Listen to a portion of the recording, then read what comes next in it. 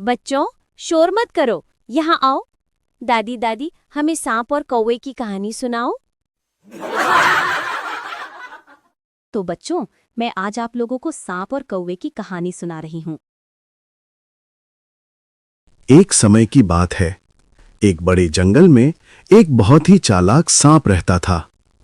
वह पेड़ों की जड़ों के पास बने अपने बिल में रहता और अक्सर आसपास के घोंसलों पर हमला करके छोटे पंछियों के अंडे और बच्चे खा जाता। उसी जंगल में एक ऊंचे बरगद के पेड़ पर एक कौवा और उसकी पत्नी रहते थे। वे बहुत दिनों से उसी पेड़ पर अपना घोंसला बनाकर रहते थे, लेकिन जैसे ही कौवी यानी कौवे की पत्नी अंडे देती, वहीं सांप बिल से निकल आता और चुपके से सारे अंडे खा जाता।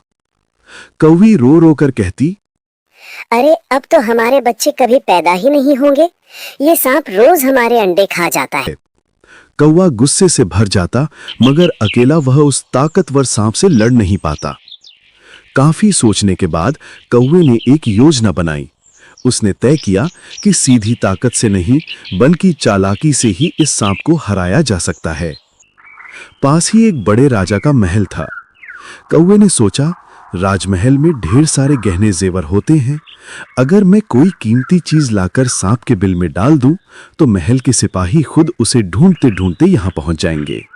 अगले दिन जैसे ही रानी अपने नहाने की जगह पर गहनों का डिब्बा रख कर गई, कौवा चुपचाप नीचे उतरा और चमकदार सोने की माला अपनी चोंच में दबाकर उड़ चला। सीधा उस माला को ले जाकर सांप के बिल के पास गिरा दिया। महल में हंगामा। थोड़ी ही देर में जब रानी लौटी तो माला गायब देखकर हड़बड़ा गई। सारे सिपाही चारों ओर ढूंढने लगे। तभी किसी ने कहा, महारानी जी, मैंने देखा था एक कौवा गहना लेकर जंगल की ओर उड़ गया। सिपाही तुरंत जंगल की ओर दौड़े। जैसे ही वे बरगद के पास पहुंचे, उन्होंने देखा कि माला सांप के बिल के ठीक पास पड़ी है। सांप का अंत।